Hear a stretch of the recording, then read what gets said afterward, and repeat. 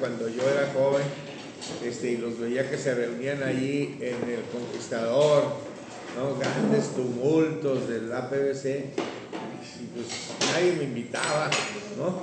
Entonces nada más los veía por ahí. Y en ese tiempo, pues mi amigo Gustavo Almaraz, también muy amigo de Alejandro, pues era un miembro distinguido y me platicaba de la APBC. Bueno, pero independientemente de estar aquí con ustedes con mucho gusto, con mucha satisfacción, me honra mucho porque es uno de los bajacalifornianos más distinguidos que tenemos, la presencia del ingeniero Luis López Moctezuma, quien ha sido rector de la universidad, miembro del Consejo Universitario, ha sido 2 veces secretario de Desarrollo Urbano, no sé cómo se llama, porque cambia mucho esa institución, pero sobre todo es la gente que más sabe de las obras que se han construido. Sí, diputado federal. Diputado federal, recuerdo muy bien esas elecciones, porque yo empezaba a trabajar en ese entonces en la Dirección General de Asuntos Jurídicos de la Secretaría de Gobernación. Entonces formaba parte del entonces instituto, no era instituto, era la Comisión Federal Electoral, y asistía a esas reuniones que eran bastante caldeadas, ¿no? Y por supuesto seguí mucho a esa legislatura. Ahí estaba Margarita, ahí estaba Luis, ahí estaba Colosio, sí, pero no de Baja California. Sí, bueno, ahí fue donde ahí fue donde yo me hice amigo de Luis Donaldo en esa legislatura, de César Augusto Santiago, de Fernando Ortiz Arana, de Santiago Oñate, de Farías, ¿no? Y de una gran cantidad de amigos. Entonces sí recuerdo, por supuesto, Luis, perdón por esa omisión, pero como que siempre te recuerdo más como uno de los hombres más grandes de este estado, y se me olvida esa experiencia legislativa. Entonces gracias por tu presencia aquí. Es un honor para mí estar aquí con ustedes. Fernando me puso a veces un poco complicada, me dijo, habla de temas constitucionales, de conflictos constitucionales. Adelante, compañeras, adelante. Habla de problemas constitucionales. Ay, pues es que esos son los temas del país, ¿no? Los temas políticos constitucionales, todos los días vemos uno, ¿no? Entonces dije yo, ¿qué haré? Bueno, dije, voy a tratar de hablar de 2 temas que conozco, uno que conozco muy bien y otro que relativamente conozco. Y el primero dije, pues les voy a hablar de la reforma judicial, sobre todo de la reforma de la Suprema Corte de Justicia. Tuve la distinción de formar parte del Instituto de Investigaciones Jurídicas de la UNAM. Me formé a un lado de Jorge Carpizo y Héctor Fixamudio, 2 extraordinarios juristas, quienes desde la academia pugnaban porque el Poder Judicial en México se fortaleciera, y sobre todo que la Corte se convirtiera en un verdadero supremo tribunal constitucional. La suerte me hizo que lo que vi en la academia, lo que participé con estos grandes maestros, me diera la oportunidad de trabajar desde 1983 en la Secretaría de Gobernación con Diego Balaez. Después Diego Balaez se fue a la Secretaría de Salud y me dejó ahí abandonado con Fernando Elías Calles.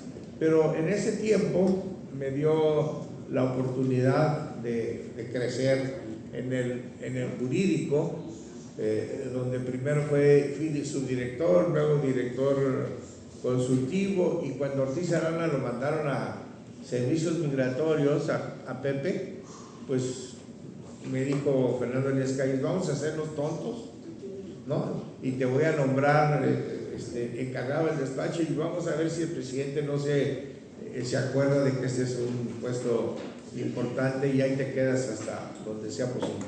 Entonces me tocó ese tiempo de tener esta gran oportunidad siendo yo muy joven. Entonces en ese tiempo se hicieron dos reformas importantes. 1987. Una primera reforma que fue producto de las reflexiones de Fixa, Mudio y de Carpizo, que era fortalecer a la Corte y avanzar hasta que se convirtiera en un verdadero tribunal constitucional. En esa reforma, la Corte antes de esto veía amparos como un tribunal de alzada más, y en esa reforma se le quitó el conocimiento del control de la legalidad y se le pasó a los tribunales colegiados de distrito. Y la Corte empezó a consolidarse como un verdadero tribunal constitucional, que es lo que siempre han impulsado un número de sectores importantes en la academia. Entonces se le quitó esa atribución y se le pasó a los tribunales colegiados. En esa misma reforma hubo algo que realmente fue muy importante y muy poco se dieron cuenta. Resulta que en México ha habido desde hace muchos años un Consejo Nacional de Presidentes de Tribunales de Justicia. Estos presidentes sus actividades las hacían alrededor del procurador de justicia del país, que en ese tiempo era Sergio García Ramírez. Pero como siempre, pues todos los abogados tenemos algo de políticos, decidieron cambiar de tutor y se acercaron a Manuel Bartlett, que en ese tiempo pues era uno de los precandidatos fuertes a la presidencia de la República. Estamos hablando como 86. Entonces el secretario Bartlett me comisionó a mí para que me hiciera cargo de este tema, y recuerdo muy bien a dos presidentes de tribunales: Adolfo Guerra, un presidente de Tribunal de Chiapas en aquel tiempo, después lo volvió a ser, un gran amigo mío, y Pepe Fuentes de Coahuila, también un extraordinario jurista que después fue secretario general de gobierno de Coahuila. Estos dos hicieron un primer proyecto. Su argumento era válido, de que el constituyente de 17 se le olvidó el Poder Judicial local y que no lo tocó. Entonces los presidentes de los tribunales en los estados pues eran gatunos perdón la expresión, pero así era, del oficial mayor, ni siquiera del gobernador. Entonces, si un presidente de tribunal tenía que ir a algún lugar, tenía que pedirle permiso al oficial mayor, no tenían realmente una verdadera carrera judicial, se les corría cuando fuera el cambio de gobierno. Entonces ellos llevaron un proyecto de reforma constitucional. Entonces Salvador Rocha Díaz, que ya para entonces era diputado, tuvo una idea, ¿no?, que es la que finalmente privó. ¿Por qué no el artículo 116, que en aquellos tiempos hablaba de un problema de límites entre los estados, por qué no lo pasamos al artículo 43 y dejamos el 116 limpio, vacío, y ahí ponemos la reforma al Poder Judicial local? Y así se hizo. Entonces, bueno, fue un éxito porque obviamente todos los magistrados se sintieron atendidos por el presidente, que era en ese tiempo Miguel de la Madrid, por el secretario de Gobernación y por el Poder Legislativo. Y así fue como surgió el 116, donde vienen una serie de garantías mínimas a los magistrados de carácter local. Se estableció la inamovilidad ¿no? En aquel tiempo se estableció que si se nombraba para un segundo periodo, se convertía en inamovible y se dieron una serie de garantías. Esa fue una reforma muy importante en el 87 para que se avanzara en la reforma judicial. Luego tuve la suerte, la aventura, de que en 1994 el presidente Zedillo enviara una iniciativa de reforma al Poder Judicial. En los primeros días de su mandato. Todo el mundo aquí en Baja California, Luis, ¿verdad?, decía que yo era enemigo de Zedillo, que Zedillo no me quería porque yo había mandado una carta apoyando a Ortiz Arana en lugar de él. Fuimos todos los senadores a saludarlo el día de su toma de protesta, 1 de diciembre, y me extrañó el afecto que me tuvo en el saludo, porque yo también me creía eso de que no era bien visto por Zedillo, ¿no? Y entonces me agarró la mano Zedillo y me dijo, mira, voy a mandar una reforma muy importante de reforma al Poder Judicial, te la encargo personalmente, ¿no? Entonces dije, caray, bueno, le dije al líder de la Cámara, que era Ortiz Arana, quien no tenía una muy buena relación, obvio, con ese sí, con Zedillo, le dije, fíjate, pasó esto. No, me dijo, pues entonces manéjalo tú solo. Y entonces me tocó la suerte de que esa reforma la manejara mi comisión, que era la Comisión de Asuntos Legislativos, primera sección. Eran muchos temas que eran desconocidos para la mayoría de los juristas mexicanos, sobre todo la aparición del Consejo de la Judicatura. ¿Qué es eso? ¿Qué es eso del Consejo de la Judicatura? Era un tema que en Europa se conocía muy bien, el Consejo Judicial, el Consejo de la Judicatura, el Consejo de la Magistratura, pero en México no se conocía. Entonces decían, no, pues es una operación para que el Ejecutivo se meta al Poder Legislativo, se quiere apoderar del Poder Legislativo, y luego pues era desaparecer a todos los ministros de la Corte de aquel entonces y crear un nuevo tribunal con 11 ministros. No, pues es un golpe de Estado judicial, etcétera, etcétera. No era así. La verdadera razón es que se tenía conocimiento de que había varios ministros de la Corte que estaban involucrados con el narcotráfico o con abogados vinculados con el narcotráfico. ¿Cómo? 94. Sí, 94. Sí, había, bueno, ¿para qué les digo nombres? Entonces había abogados que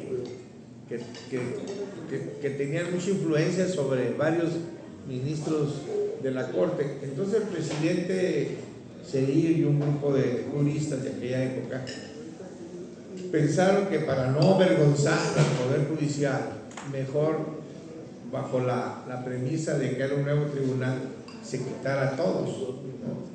Se quitara a todos y se propusiera una nueva lista de 11 ministros.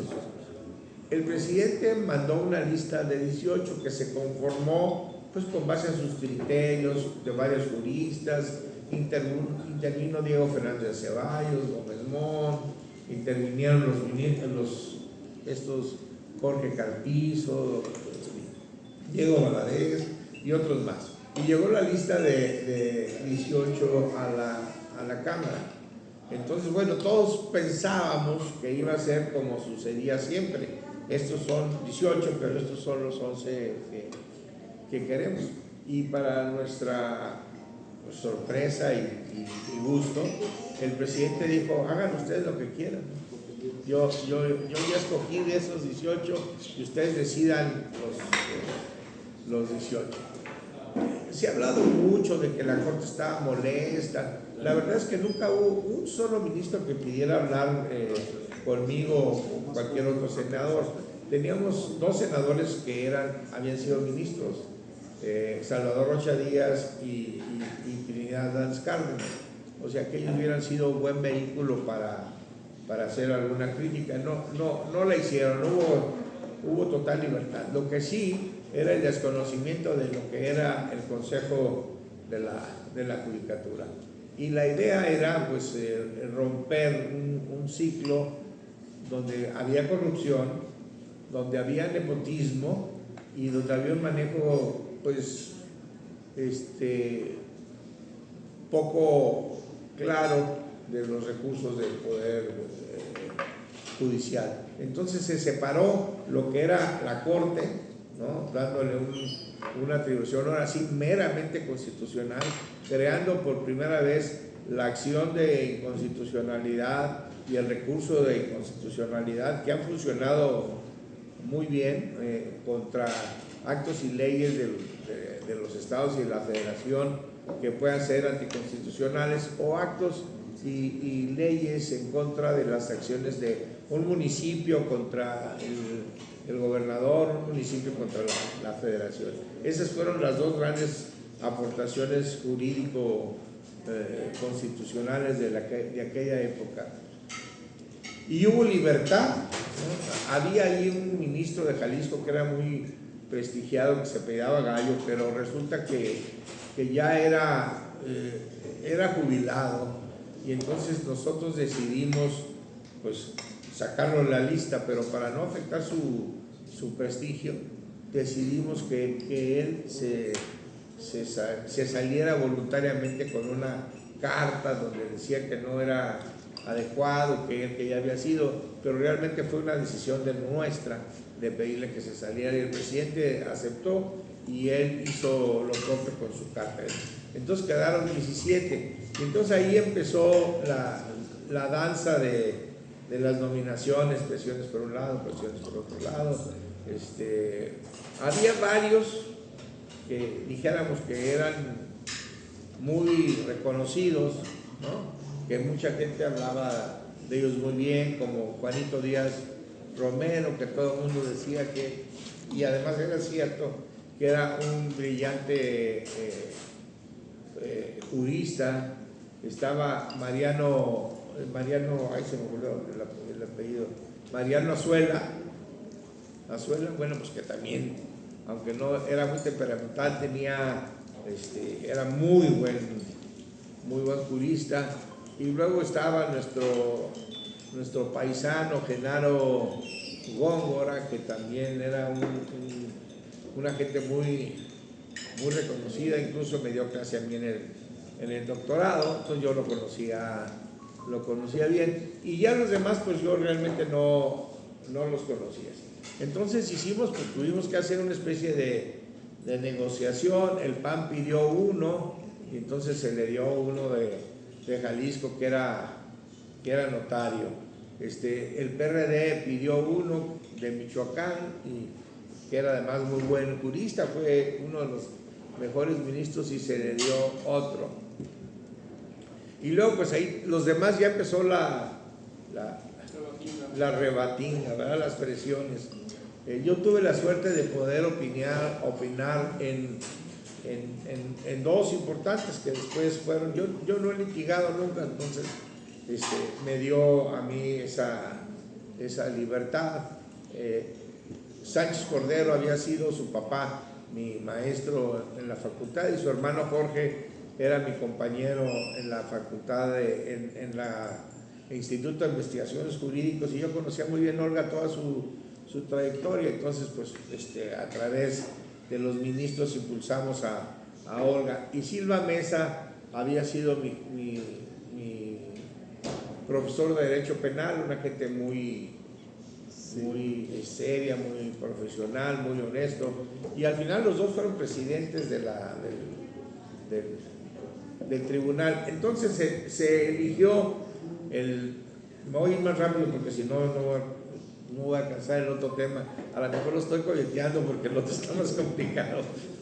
Bueno, entonces se nombró el Consejo de la Judicatura. El presidente proponía 3 de adentro y 4 de afuera, o sea, 3 del Poder Judicial y 4 de los sectores académicos. Pero ahí sí hubo mucha presión, entonces nos vimos obligados a poner 4 del Poder Judicial y 3 de afuera, lo que a la larga sería un gravísimo error, porque al final lo que hicimos, lo que queríamos era evitar ese poder que tenían antes los ministros, que tú te has de acordar muy bien, Alejandro. Cada ministro tenía un distrito y en cada distrito el ministro decidía quiénes eran los jueces, quiénes eran los magistrados, y de hecho lo controlaba. Los casos se le preguntaba al ministro, oiga, ayúdame, ibas con el ministro, ¿no? Si no, pregúntele al Titi, ¿no? Ibas con el ministro en México, oye, ayúdame con este caso. Y entonces el ministro controlaba jueces y magistrados. Entonces eso se quería quitar, y por eso se creó el Consejo de la Judicatura, para que fuera el que administrara, disciplinara y capacitara.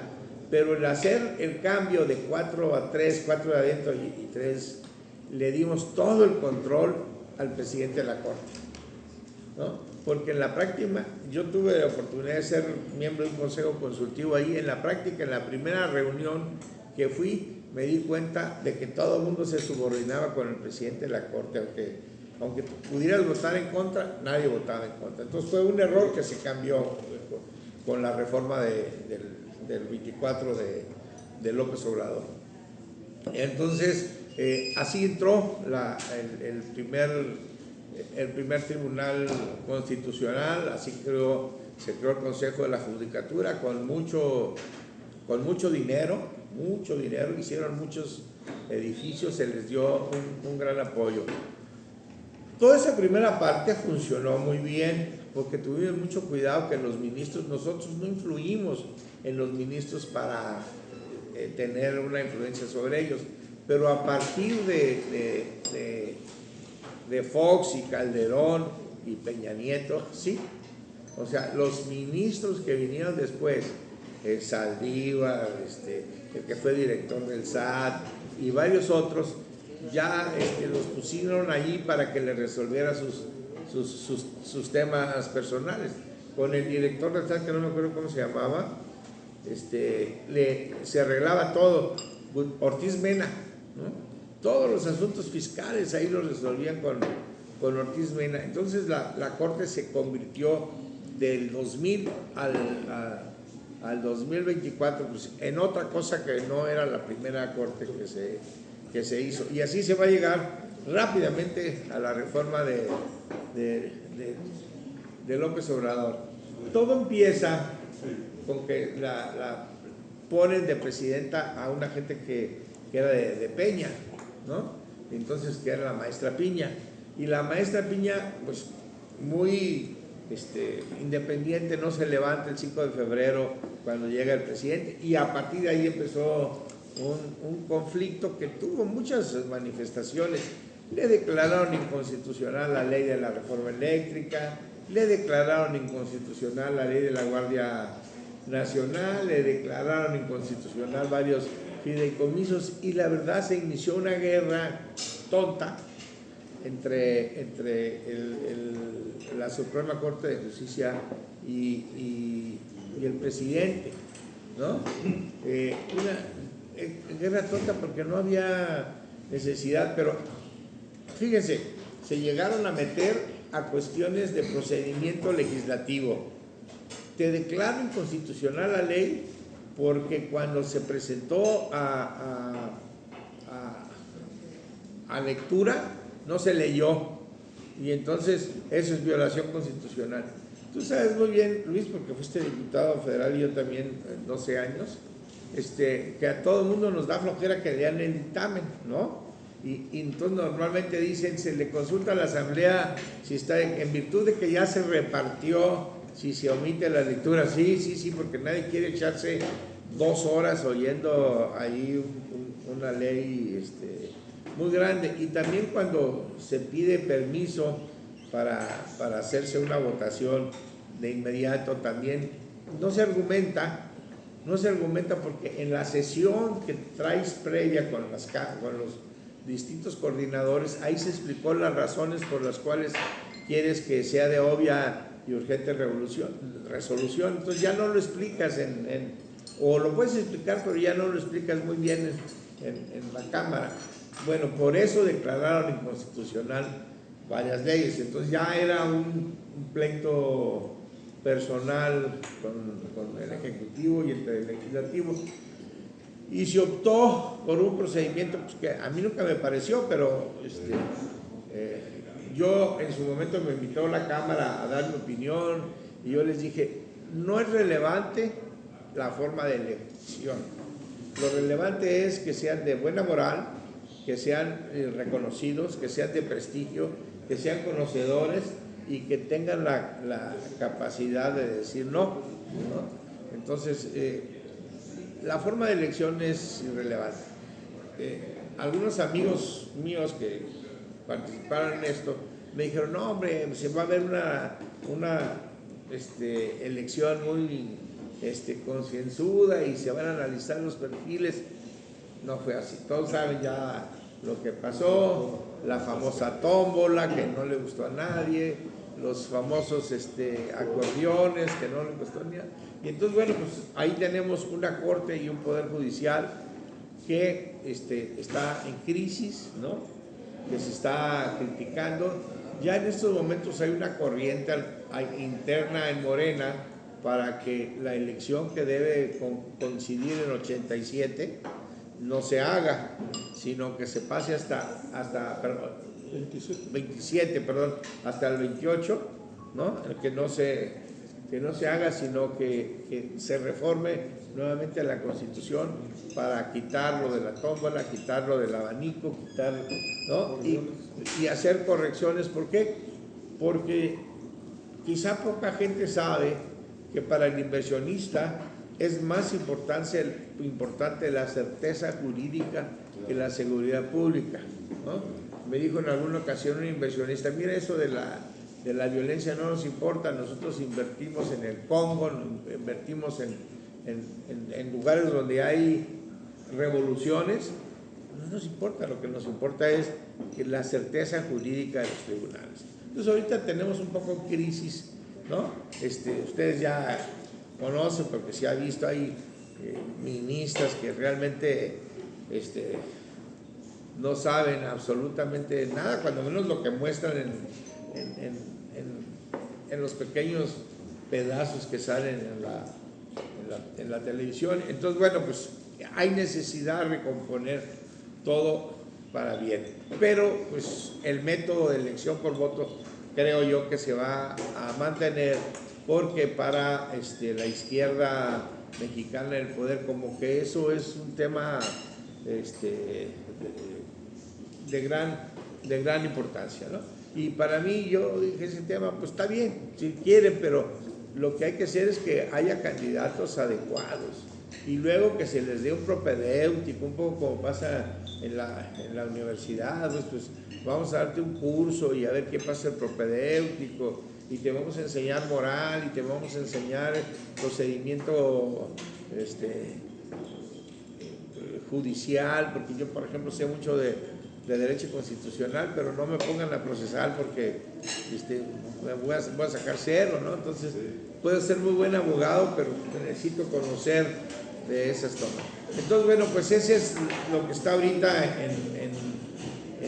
en discusión, y así es como está el Poder Judicial. ¿Le paro aquí o sigo? Preguntas y respuestas. Bueno, bueno, el otro tema, pues bueno, es un tema de discusión todos los días en todos los medios, porque pues de repente los Estados Unidos salen con una solicitud de detención provisional para efectos de extradición, ¿no? Agarra, no sé si agarra distraído o mal parado al gobierno federal. Yo digo que la presidenta no tiene mucha gente que le ayude en estos temas y las reacciones no han sido las adecuadas. Y la reacción de México ha sido, no me dieron pruebas, ¿no? Y bueno, pues evidentemente que eso no es correcto, porque el tratado internacional no dice que tienes que otorgar pruebas, pero Este tratado lo firmamos en 1978, ¿no? Y viene de un tratado internacional que se llama el Tratado de Tratados, que se firmó en Viena en 1939. Y a partir de ahí, muchos países han estado haciendo su trabajo de firmar normas de extradición. Hay lugares donde todavía no tienen extradición y así quieren mantenerse. Yo tuve la oportunidad de participar en 2, 3 negociaciones, tratados de extradición, y normalmente se hace en la Secretaría de Relaciones Exteriores, está la parte del otro estado y estamos los mexicanos, y entonces se empiezan a discutir propuestas y no, eso no, y eso nos afecta, y ahí se hace toda una discusión. El tratado internacional es muy clarito, ¿no? En el artículo 11 del tratado dice, primero, que debe hacerse una solicitud por escrito. Segundo, que debe ser por vía diplomática. Tercero, que se debe de dar el nombre de la persona. Cuarto, que se debe dar la ubicación, ¿no? Y el delito que cometió. 5, que se debe determinar una urgencia. Y sexto, que debe haber adjuntado la orden de aprehensión o la sentencia. Todos los primeros elementos los cumple la solicitud de los Estados Unidos, pero no adjunta orden de aprehensión ni sentencia. Y esto es muy importante, porque ustedes son mejores abogados que yo en esa parte, ¿no? La orden de aprehensión de un juez, se supone que el juez ya revisó todas las pruebas, ¿no? Y concluyó que sí hay orden de aprehensión, ¿no? Los gringos solamente lo que hicieron fue pasaron la solicitud del procurador por un gran jurado, que es un jurado no judicial, donde lo componen de 20 a 25 personas, que tiene seriedad, ¿no? No es cualquier jurado. El procurador le muestra sus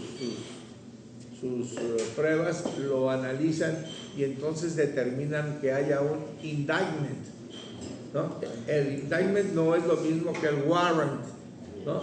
El warrant es la orden de aprehensión, el indictment es que sí existen posibilidades para hacer una acusación seria. Los norteamericanos solamente adjuntaron el indictment, ¿no? Y el tratado es muy claro, dice orden de aprehensión, no dice indictment o lo vas a proponer, no, lo tienes que preparar. Dice o lo adjuntas o adjuntas una declaración jurada, el affidavit de los gringos, que existe esa orden de aprehensión. Eso es lo que pasa. Los asesores, la gente de las relaciones exteriores, la gente de la fiscalía, nunca se refirieron a esto. Entonces da la impresión de que está protegiendo a Rocha Moya. La verdad es que no creo que haya la intención de defender, está más clavado que nada. En cualquier momento eso va a resolverse, pero aquí lo que se manejó mal es el indictment y el warrant. Luego hay otro problema, ¿no? Es que es la primera vez que se da un caso donde, bueno, no es la segunda, de un caso de un exgobernador se solicita la extradición. El primero fue Tomás Yarrington de Sinaloa, y ahí se negó la extradición. Le dijeron no, pues, porque es gobernador, pues, pero en cuanto salió Yarrington lo detuvieron, ¿no? O sea, hicieron otro caso. El argumento fue el fuero. Y hay otro caso, que por aquí lo traigo, en el Congo, ¿no? En donde en el Congo se dio una cosa similar, ¿no? Fue en el Congo contra Bélgica en el 2002, Bélgica ordenó y solicitó la extradición de un tipo que se llamaba Abdoulaye Yerodia Nombasi, que era canciller de Congo. Y la respuesta fue no, porque tiene inmunidad internacional reconocido por el tratado diplomático y no te lo puedo dar. Ya cuando termine, pues procede contra él, ¿no? Entonces aquí está el caso del fuero del gobernador. Entonces ya hay otro debate. La licencia, ¿no? Le quitó el fuero y hay otros que pensamos que no. Hay dos resoluciones judiciales. Hay una de 1946, que es jurisprudencia en la Corte de la primera época, donde dice que el único que puede quitar el fuero es el órgano que está capacitado jurisdiccionalmente por la Constitución. ¿Y cuál es? El Poder Legislativo. Que cuando tú pides licencia no te quitan el fuero, simplemente no vas a trabajar. Y para que pierdas la licencia se requiere que el órgano jurisdiccional te lo quite. Y hay otros que dicen que no, ¿verdad? Entre ellos está Saldívar, que dice, no, el fuero es para la función, no para la persona. Yo aquí la verdad no estoy de acuerdo. El fuero surge en la historia parlamentaria porque el que hablaba en contra del rey, y entonces el fuero lo protegía a él. Y lo protege no solamente cuando tiene el cargo, sino si cuando fue diputado le dijo que era homosexual o que era ladrón o lo que sea, el fuero lo sigue protegiendo hasta que se vaya. Entonces, bueno, pues aquí hay esta discusión que va a pasar, ¿tiene fuero o no tiene fuero? ¿No? Y eso yo siento pues, que va a tener que resolverlo la Corte, porque seguramente lo van a querer tener, los abogados van a ir a solicitar el amparo y la Corte al final va a tener que decidir si tiene o no tiene fuero. Y hay estas dos versiones. Hay la de 1946, de que el fuero no lo puede quitar la licencia, sino el órgano, y hay una de 2017 que utilizaron contra el gobernador Duarte en Veracruz, pidió licencia y lo detuvieron, ¿no? Entonces, bueno, pues aquí es un poco la conveniencia política del momento y eso pues va a tener que discutirse. Pues yo lo dejaría hasta ahí y ya, ahora sí como Daniel ante los leones. Ahora sí me pongo a sus órdenes y muchas gracias por la atención. Gracias.